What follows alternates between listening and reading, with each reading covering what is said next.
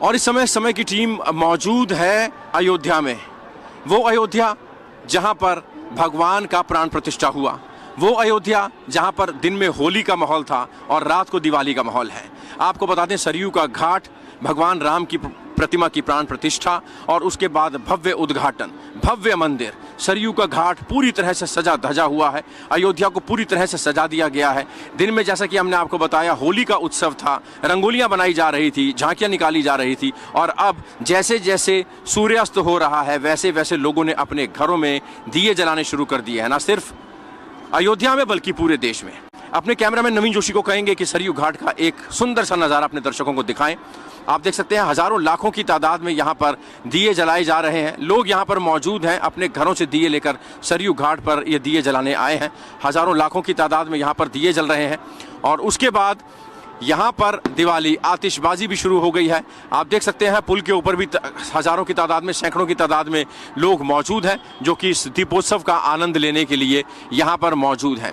दिन में भगवान राम की प्राण प्रतिष्ठा हुई, अब मंदिर जो है वो आम लोगों के लिए खोल दिया जाएगा। आज वीआईपीज़ की एंट्री हुई, 6000 से ज़्यादा वीआईपी गेस्ट मौजूद थे जो कि देश भर से यहाँ पर आए थे प्राण प्रतिष्ठा में शामिल होने के लिए। प्रधानमंत्री नरेंद्र मोदी भी यहाँ पर 4 से 5 घंटे के लिए मौजूद थे और उसके बाद उत्तर प्रदेश के मुख्यमंत्री जो लगातार यहाँ पर निगरानी रख रहे थे, यहाँ पर मौजूद थे।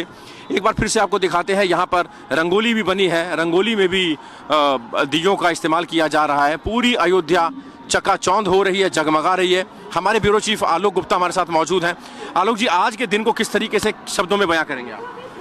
आज के दिन को शब्दों में पिरो पाना सबसे दुर्लभ कार्य है, बिल्कुल वैसे ही जैसे 550 साल के बाद में ये क्षण आया है। आज की यह तारीख सदियों तय करेंगी, हजारों साल का इतिहास तय करेंगी। राम राज्य की नींव की स्थापना का पॉइंट आप कह सकते हैं 22 जनवरी 2024, समय 12:20। ये कैलेंडर की तारीख नहीं है। मोदी जी ने बिल्कुल स्पष्ट किया था आज जब प्राण प्रतिष्ठा के बाद में उन्होंने अपना संबोधन किया और बताया कि ये कैलेंडर की तारीख नहीं है, ये युग परिवर्तन की तारीख है, धर्म की स्थापना की तारीख है, राम राज्य की स्थापना की तारीख है, भारत के विश्व गुरु बनने की तारीख है। तो इस शब्द की आज की तारीख की महिमा बिल्कुल अपरंपार आप कह सकते हैं, टर्निंग पॉइंट कह सकते हैं भारत की राजनीति के लिए, भारत के इतिहास को लेकर। जी, हम और आप भी गवाह बने हैं आज के दिन के लिए। कितने सौभाग्यशाली।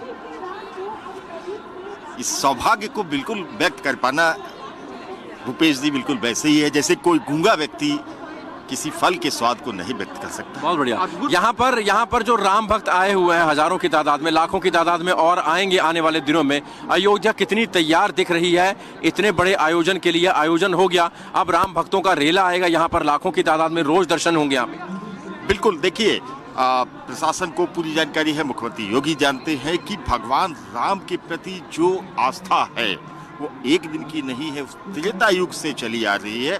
और राम को लेकर जिस तरीके से आंदोलन किए, जिस तरीके का 550 साल का इतिहास रहा और जिस तरीके की आस्था है लोगों के अंदर, उस आस्था के ज्वर को कैसे रोकना है यह भी प्रधानमंत्री मोदी को पता है। और यही वजह कि 30 दिसंबर को उन्होंने विशेष आग्रह किया था कि 22 को कतई मत आइएगा और 23 के बाद में उनके आने की, रुकने की, ठहरने की और दर्शन की सारी व्यवस्थाएं जिला प्रशासन के द्वारा की गई हैं। मुख्यमंत्री योगी ने इसका बाकायदा रूट प्लान तय कर रखा है कि उत्तर प्रदेश के विभिन्न जिलों में बीजेपी के लोगों की बाकायदा ड्यूटी लगा दी गई। कार्यक्रम तय हो रहा है कि किस जिले से कितने लोग और किस तारीख में आएंगे। वो जो लोग आएंगे उनके दर्शन की केवल न केवल व्यवस्था होगी, उनके ठहरने की व्यवस्था होगी, उनके आने जाने की व्यवस्था होगी, कहाँ रुकेंगे, होटल, धर्मशाला, bus stop, bus station, railway station, सारी व्यवस्थाएं का एक रूट मैप पहले से ही तय है ताकि अयोध्या के ऊपर कोई अतिरिक्त लोड ना आ पाए, कोई अतिरिक्त भार ना पाए, और जो भक्त आएंगे, जो राम भक्त आएंगे, उनको भी कोई कष्ट न हो। हम लगातार रिपोर्टिंग कर रहे थे, लगातार बर्फीली हवाएं चल रही थी। आपने कहा था कि हवाओं को भी थोड़ा सा नरमी बरतनी होगी और लग रहा है कि आज दिए जल रहे हैं, सर्दी भी थोड़ी सी कम है, आज दिन में धूप खिली रही। मौसम कैसा रहा? मौसम के लिहाज से बात करें तो 3 दिन पहले इतना तेज हवाएं चली थी, इतनी ठंडक थी कि खड़े रहना मुश्किल था। और तब भी आपने सवाल किया था कि दीप कैसे जलेंगे। हमने तभी आपसे कहा था कि भगवान राम को लेकर जो आस्था है, जो ऊर्जा है, वो दीप को जलने से हवाएं नहीं रोक सकती। और आप खुद देख रहे हैं साक्षात पूरी राम की पैड़ी दीपों से जगमगा उठी है। लोग यहाँ पर आकर दीप जला रहे हैं, पूजा अर्चना कर रहे हैं और अपने को सौभाग्यशाली मान रहे हैं, क्योंकि 50 पीढ़ियां गुजर गई थी भगवान राम के इस भव्य मंदिर के दर्शन को लेकर। संघर्ष का जो काल रहा है, लोग उस भावनाओं को बेहतर तरीके से व्यक्त भी नहीं कर पा रहे। इतनी खुशी है, कितना जोश है। भूपेश जी, आऊँगा आलोक जी आपके पास। हमारी सहयोगी पूजा भी यहाँ रंगोली बना रही है, उसमें कुछ मदद कर रही हैं और दिए जला रही हैं भगवान राम के नाम के। पूजा, लगातार पिछले 15 दिनों से आप यहाँ पर रिपोर्टिंग कर रही हैं। इस वक्त क्या अनुभूति, क्योंकि अब जबकि दीपोत्सव का समय है, सरयू घाट को किस तरीके से शब्दों में बयां करेंगे? बिल्कुल, देखिए, जिस दिन की भारतवासियों ने भारतवर्ष में कल्पना भी नहीं की गई थी, वो अकल्पनीय दिन आज 22 फरवरी, माफ कीजिएगा 22 जनवरी, क्योंकि 22 जनवरी अपने आप में एक ऐतिहासिक दिन हो जाता है। और ऐसे में जब हम सरयू घाट पे आते हैं तो इसका अनुभव मुझे लगता है और ज्यादा बढ़ता जाता है, क्योंकि देखिए आज का ये दिन, वैसे तो साल में कार्तिक के महीने में दीपावली मनाई जाती है, लेकिन अयोध्या धाम में हम देखेंगे कि 22 जनवरी के दिन दीपावली दीपोत्सव मनाया जा रहा है। सरयू घाट पे हम लगातार रोज शोज के माध्यम से यहाँ की लेजर लाइट्स, यहाँ की डेकोरेशन आपको दिखाते थे, लेकिन आज की जो खूबसूरत तस्वीरें हैं, जो 1,60,000 दियों को आज सरयू तट पे जलाया गया है, दीपोत्सव के माध्यम से हर्षोल्लास मनाया जा रहा है, ये हम लगातार अपने दर्शकों को दिखाने की कोशिश कर रहे हैं।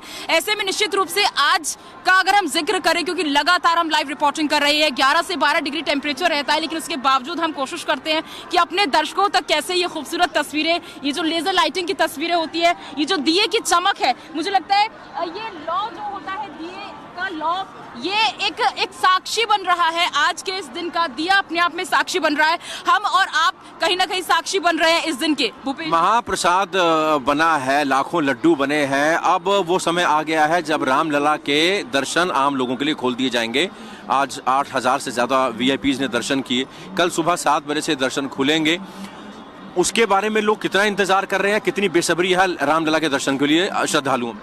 देखिए, बेसब्री का जो इंतजार था, वो बेसब्री से आप इस बात से अंदाजा लगा सकते हैं कि 20 से लेके 22 तारीख तक आम लोगों की एंट्री नहीं थी। राम परिसर के बाहर ही वो लोग खड़े हुए थे, लेकिन उसके बावजूद मुझे लगता है कि आज मैं गवाह हूं इस दिन की कि लाखों की संख्या में अयोध्या धाम में श्रद्धालु जो है वो लगातार देखे जा रहे हैं, और उन्हें बखूबी पता है ये बात कि उन्हें अभी एंट्री नहीं मिलेगी राम परिसर के अंदर, रामलला के दर्शन उन्हें नहीं हो पाएंगे। और उसके बावजूद हम देख पा रहे हैं कि किस तरह से जो आम श्रद्धालुओं के आने का सिलसिला है अयोध्या धाम में, वो लगातार जारी है। पूजा हमारे साथ बनी रहेंगी। इस बीच अपने दर्शकों को झांकी दिखाते हैं। पीछे ये कागज के पेपर्स पर हनुमान जी की तस्वीर बनाई गई है और वहां पर कुछ हनुमान जी के अनुयायी जो हैं वो खड़े हुए हैं गदा लेकर। कहां से पैदल आ रहे हैं लोग, कोई गीत संगीत गा रहा है, कोई भजन गा रहा है, कोई नृत्य कर रहा है, कोई राम भगवान की झांकी लेकर आ रहा है, कोई साइकिल पर आ रहा है, कोई पैदल आ रहा है।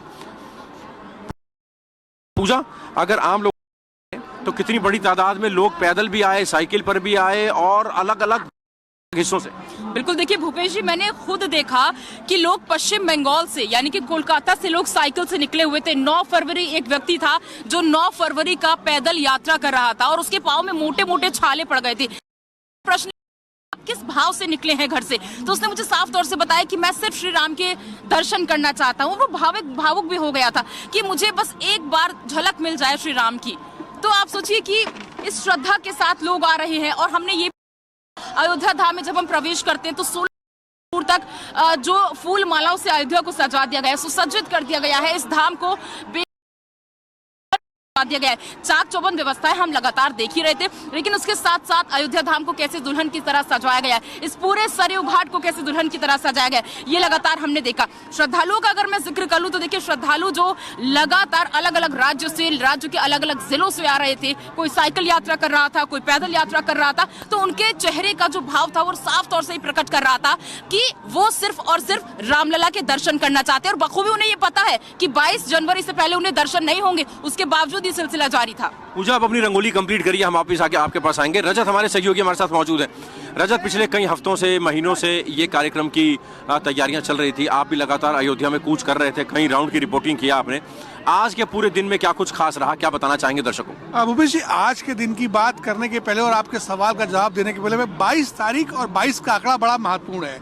जब 11 नवंबर 2023 को छोटी दीपावली यानी दीपोत्सव मनाया गया था तो 22 लाख दिए जला करके गिनीज वर्ल्ड बुक में रिकॉर्ड दर्ज हुआ था।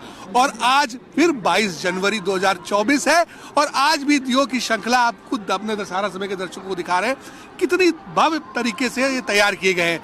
अगर मैं ग्राउंड रिपोर्टिंग की बात करूं, पिछले मैं कह सकता हूं कि दीपोत्सव के मौके से लगातार अयोध्या आना हो रहा है।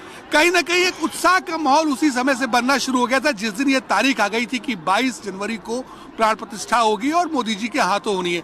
उसके बाद से अयोध्या के लोग हो, चाहे देश के लोग हैं और जो विदेश में रहने वाले राम भक्त हैं या श्रद्धालु हैं, उनके बीच भी एक उत्साह का माहौल देखने को मिला था। और आज देखिए, आप इतने समय से अयोध्या में कैंप किए हुए हैं, वो घड़ी आ गई जब प्रधानमंत्री नरेंद्र मोदी के हाथों प्राण प्रतिष्ठा का कार्यक्रम मूर्ति का संपन्न हुआ। सबसे बड़ी बात उन्होंने कही कि ये 22 की कोई तारीख नहीं है, ये राम राज्य की शुरुआत है। और कहीं ना कहीं बहुत बड़ी बात प्रधानमंत्री नरेंद्र मोदी ने कही। इसके साथ ही साथ उन्होंने कहा कि आखिरकार उन्होंने भगवान राम से माफी भी मांगी कि पिछली पीढ़ियां वो नहीं कर पाई जो होना चाहिए था, नहीं राम मंदिर पहले बन जाना चाहिए था। कहीं ना कहीं उनके जो वक्तव्य थे उनके काफी मायने थे। अगर मैं बात करूं कि राम भक्त कितने खुश हैं, श्रद्धालु कितने खुश हैं, तो आप खुद देख सकते हैं और सहारा समय के दर्शक भी देख सकते हैं कि लगभग 7 बज रहा है। प्रधानमंत्री ये कार्यक्रम करके 4 बजे के आसपास चले गए थे, लेकिन श्रद्धा में कोई कमी नहीं आई है। जो लोगों से, राम भक्तों से भी आपकी बातचीत हुई, जो लोग यहाँ पर आए थे, प्रशासनिक व्यवस्था, सिक्योरिटी, सर्विलांस, गाड़ियों की चेकिंग, गाड़ियों के पास पत्रकारों की एंट्री, आम लोगों को रोका गया, आम लोगों ने धीरज भी रखा। कितना बड़ा चैलेंज था योगी प्रशासन के लिए और लोग 10 में से कितने नंबर दे रहे हैं? देखिए, योगी प्रशासन के लिए बड़ा चैलेंज था और मैं आपको ध्यान दिलाऊं कि जिस समय शिलान्यास का कार्यक्रम हुआ था 20 में अगस्त 20 में जब प्रधानमंत्री नरेंद्र मोदी आए थे, उस समय कोरोना चल रहा था। तो हमारे जो प्रदेश के मुख्यमंत्री योगी आदित्यनाथ हैं, ये चुनौतियों को सफलता में बदलना बखूबी जानते हैं और कह सकते हैं कि पूरा प्रशासन, अयोध्या का पूरा प्रशासन, उत्तर प्रदेश की पुलिस पूरी तौर पर लगी हुई थी इस कार्यक्रम को सफलतापूर्वक संपन्न कराने में। और आप देख सकते हैं कि थोड़ी बहुत परेशानियां जरूर हुई इतने बड़े कार्यक्रम में, लेकिन कोई ऐसी घटना नहीं हुई। लगातार 13,000 पुलिसकर्मी केवल अयोध्या में तैनात थे और लगातार जो पुलिस के आला अधिकारी थे, चाहे वो DG law and order Prashant Kumar हो, चाहे एडीजी लखनऊ जोन पीयूष मोडिया हो या अयोध्या के आईजी प्रवीर कुमार हो, लगातार वो मॉनिटरिंग कर रहे थे। चाहे वो एनडीआरएफ की टीम लगाई गई हो, चाहे वो एसएसएफ की टीम लगाई गई हो। और सबसे बड़ी बात एक बताऊं आपको कि राम मंदिर की सुरक्षा अब एसएसएफ के हवाले हो गई है, यानी स्पेशल सिक्योरिटी फोर्स वहां सुरक्षा करेगी, बाहर की सुरक्षा लोकल पुलिस के हाथ में रहेगी। तो कहीं ना कहीं जो पुलिसकर्मी हैं उन्हें भी धन्यवाद देना चाहिए कि उन्होंने बड़ी सकुशलता से इस पूरे कार्यक्रम को भूपेश जी संपन्न कराया। आलोक जी, आम लोगों के लिए मंदिर खुल रहा है, कितने उत्साहित हैं अयोध्या वासी और जो देश के अलग अलग हिस्सों से यहाँ पर आए हैं? कल से खुल जाएगा मंदिर सुबह? बिल्कुल, कल सुबह 7 बजे से आम लोगों के लिए ये मंदिर खुल रहा है और उम्मीद की जा रही है कि मीडिया की जो भूमिका रही है और जिससे कि हम लोग लगातार कवरेज हम लोगों ने की है, मंदिर ट्रस्ट जो है सुबह के वक्त कुछ मीडिया कर्मियों के लिए भी देगा, इस बात की जानकारी मिल रही है। और 7 बजे से आम जनों के लिए यह दर्शन के अवसर अयोध्या में उपलब्ध होंगे। एक बात और मैं भूपेश जी कहना चाहूँगा कि अभी तमाम साधु संतों से मेरी मुलाकात हुई, वो लोग यहाँ पर पहुँचे थे, प्राण प्रतिष्ठा के कार्यक्रम में शामिल भी हुए।